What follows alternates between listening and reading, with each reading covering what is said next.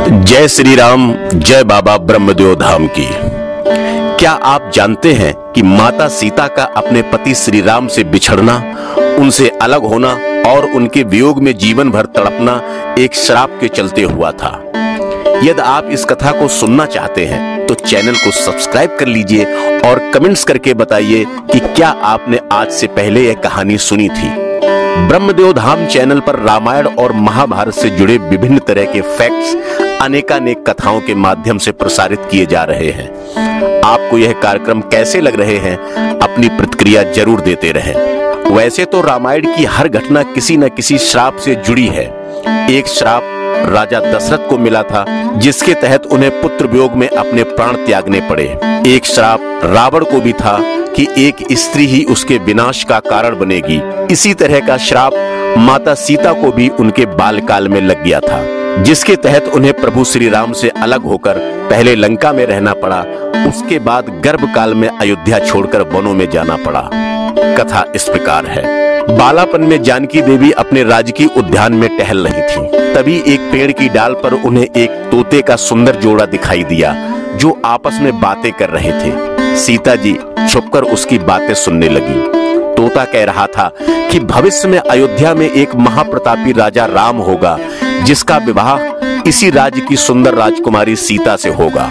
सीता जी यह सुनकर बड़ी चकित हो उठी। उन्होंने तोती की आवाज में पूछा, तुम्हें किसने बताया? तोता बोला, महर्षि वाल्मीकि के श्री मुख से मैंने स्वयं इस बात को सुना।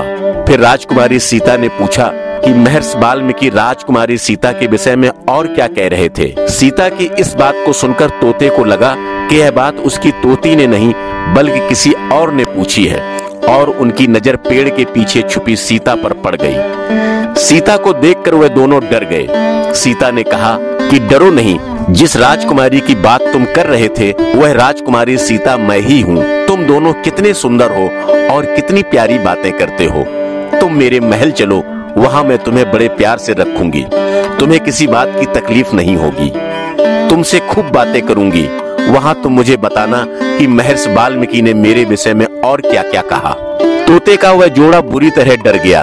उसने सीता से विनती की कि इस विषय में वह और कुछ नहीं जानता।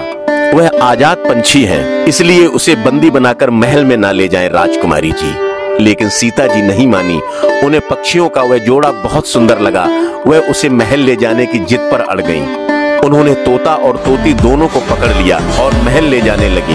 तभी तोता किसी तरह से आजाद हो गया। उसे आजाद देख तोती ने कहा, हे स्वामी, तुम उड़ जाओ और मुझे आजाद कराने के विषय में सोचना।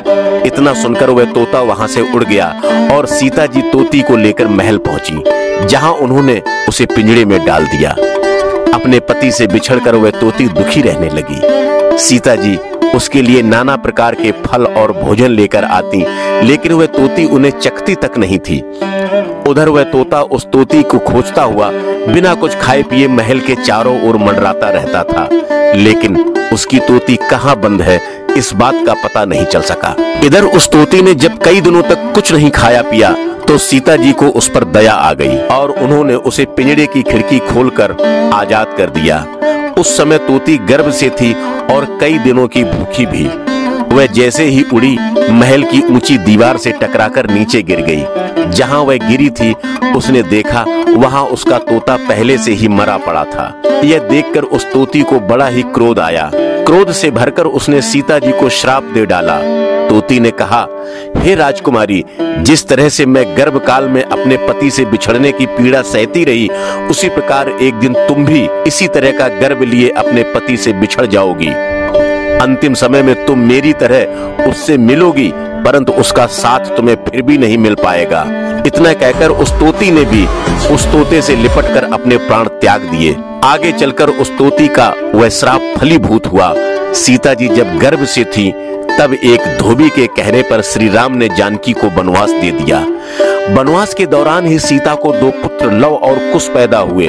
अश्वमेघ यज्ञ के दौरान एक बार पुनः माता जानकी और प्रभु श्री राम की भेंट हुई, लेकिन तब भी उस तोती के श्राप के चलते जानकी देवी और श्री राम का मिलन नहीं हो सका और वह पृथ्वी में समा गईं। कुछ पौराणिक कथाओं में यहाँ तक कहा गया है वह धोबी और धोबिन कोई और नहीं बल्कि वही तोते का जोड़ा था जिसने सीता जी को श्राप दिया था। आपको यह कहानी कैसी लगी कमेंट्स करके जरूर बताएं। जय श्री राम।